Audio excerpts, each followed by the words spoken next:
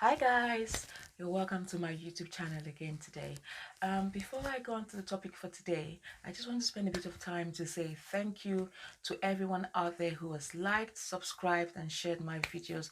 I mean guys, that really means a lot to me. Thank you, thank you, thank you and thank you so much. I really appreciate the time you've spent and the effort you spent as well watching my videos. So thank you so much. I really appreciate that.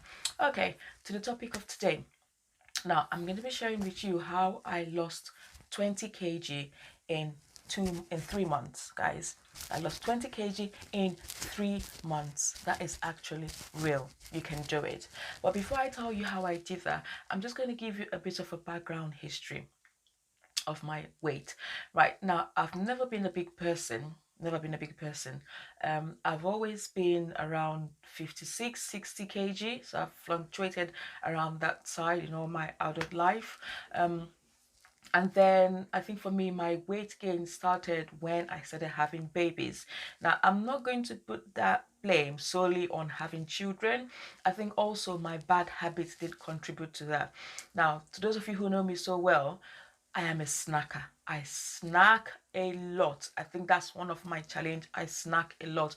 I'd rather snack on, my friend calls it pretty nonsense, than actually sit down and eat a proper meal. And combined with that, I've got a very sweet tooth, guys. I've got a very sweet tooth.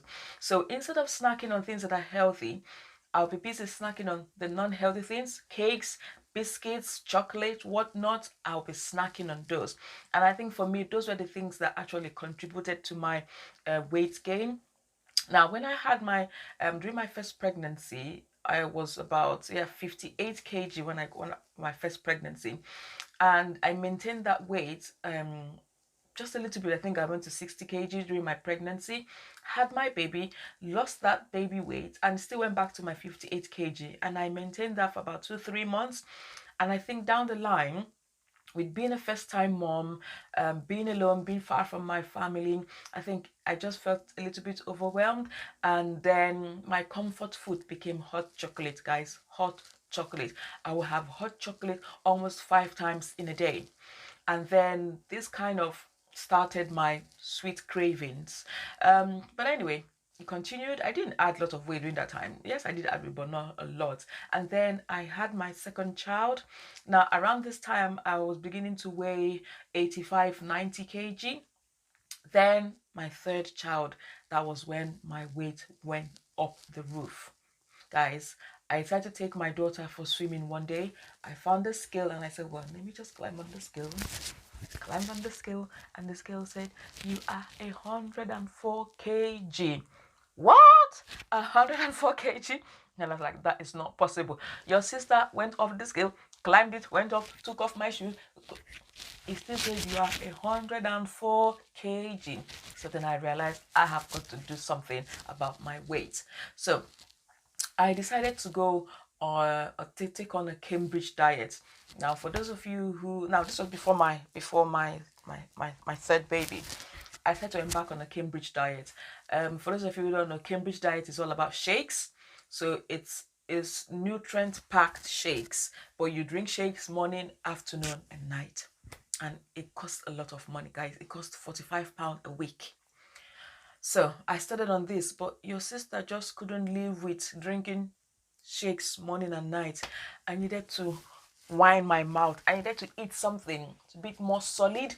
So I did that for a bit, and then I just found out that it wasn't going to. I did that for about a month and a half, and I thought, you know what, it's not going to work. Number one, it's very expensive. Number two, I can't afford to be drinking shakes morning, afternoon, night. I need some swallow, something hard. Anyway, so I went off the Cambridge diet. And then I started to embark on Slimming World. Now with Slimming World, I did lose quite a bit of weight. So I went from about 91 to about 85 kg. I did lose quite a bit of weight in Slimming World, but I just couldn't maintain it because I had to go to the venue I think twice in a week to be weighed. And for me, it was just too much because then I had to run around, pick my kids from school, then take them there. It was just too much. So I couldn't keep up with the momentum. So I stopped going for Slimming World. But then life happened and I had my third baby and then my weight went off the roof. So I decided, right, okay, I've got to do something about this weight. I mean, I can't be 104 kg. My word, that was too much. And at this point, I was wearing size 20, 22. And now this was me who used to wear size 8 and size 10. So I said, no, Boomer, you have got to work on this weight. So I decided, what next? Gym. With my busy lifestyle, I don't think I'll be able to sustain going to a gym 3 times a week. I just knew it wouldn't work. So I ruled that out of the equation. I thought, what next? And then one day I went to church. I found a friend of mine who has been losing quite a lot of weight. So I got curious and I asked, what have you been doing? Why are you losing so much weight? She said, oh, I've been doing banting. Banting? What is that? I've never heard of banting before. So I decided to go do some research. So that's one tip, guys. If you are going to embark on any weight loss program, please do your research. Research. So you can know the pros and the cons of the diet. Is it going to suit your lifestyle? Is it going to work for you? What advantages, what disadvantages? You've got to do your research. I spent nearly 2 months doing my research on banting and keto before I decided to go on the keto diet. Now, so I did research a lot about banting diet, but I just wasn't getting it. Now, because banting is very South African, so a lot of the foods, a lot of the meals, a lot of the conversations were very South African, and I just wasn't getting it. So I think for me, that's why along the line I saw keto, and that's why I decided to go for keto. Now, when I started researching keto, I found, well, I think it will work for me, something that I could do. So I decided to embark on a keto diet. And guys, within the first 3 months of embarking on a keto diet, I lost 20 kg. I lost a lot of weight. Now, I stuck to it religiously. When I mean religiously, I never came off it anyway. This is my 3rd year. February this year made the 3rd year I've been on a keto diet. But I think for me, the bulk of my weight I lost within the first 3 months. And then subsequently, I carried on losing weight. Then at some point, I traveled back home to Nigeria for my sister's wedding, came back, added a bit of weight, and then went back to keto. I never left keto, went back to keto again fully, lost that weight. So my weight has been fluctuating up, down, but it's never gone past 85. But then it's been fluctuating, and then I got serious again sometime last year. At the moment, I'm weighing 78 kg, guys. I'm weighing 78 kg. So I've gone all the way from 104 to 78 kg in 3 years. Now, when I mean 3 years, when I first did keto for the first 2 years, I was weighing 77 kg. So I did lose quite a lot of weight. Then I added a bit and then went back to it again seriously. And now I'm weighing 78 kg. So guys, how did I do it? As I said, the first 3 months, I stuck religiously to the keto diet. I stuck religiously to it. I ate no carbs. And one thing I think for me, even though I'm a snacker, one thing that keto diet helped me do, it helped me prepare my meals. It helped me actually sit down and eat proper food. So it kind of stopped that habit of snacking. Now I don't, even the keto snacks, I rarely snack on it. I just prepare my meals and I eat as every good person should do. So I think that's one benefit I got from the keto diet. But then I stuck religiously to it for the first few months. Now there's a lot of things. Oh, don't do this, do that. Guys, for me, I think the most important thing is find what works for you. I'm going to be sharing in my subsequent videos some tricks, some tips on how you can maintain the keto diet for this long. Now, being a Nigerian, we know we don't joke with our rice. We don't joke with our eba. But I was able to overcome these things. And to me, for the past 3 years, I haven't eaten rice. I mean, rice is our main meal as a Nigerian. I haven't eaten rice. I can't ever think of when I sat down, took a bowl or took a plate and put rice in it and sat and ate rice. I can't think of it. I mean, when I'm cooking, I'll taste it for my family, but to sit down and eat it, I can't. When I'm for my sister's wedding, my sister's a chef, guys. So you can imagine the amount of food, the different types of rice, coconut rice, fried rice, this rice, that rice. I just looked at all of them. I didn't even taste one of it. And my mom was screaming, oh, get some food. You eat something. And I'm like, yeah, I'm eating something. But maybe it's not what you want me to eat. That I'm eating something. But then I think what happened in Nigeria was where I did add weight in Nigeria. Not the rice. I never ate rice. I never ate gari during my time there. But I think what made me add weight was the bread. Oh my gosh, you know this soft agege bread. Oh, I ate agege bread. That was what I ate the most when I was in Nigeria, because I missed it. So I ate it the most. I think that was where my weight actually came back from. Well, not a lot. As I said, by the time I came back from, I went to Nigeria weighing 77 kg. By the time I came back from Nigeria, I was weighing 82, 83. And then by the time I took a bit of time to get back to keto diet, by that time I was weighing 85. So I went back to keto diet. So that was where the weight came from, was agege bread, guys. Agege bread. That was what your babe was tearing morning and night.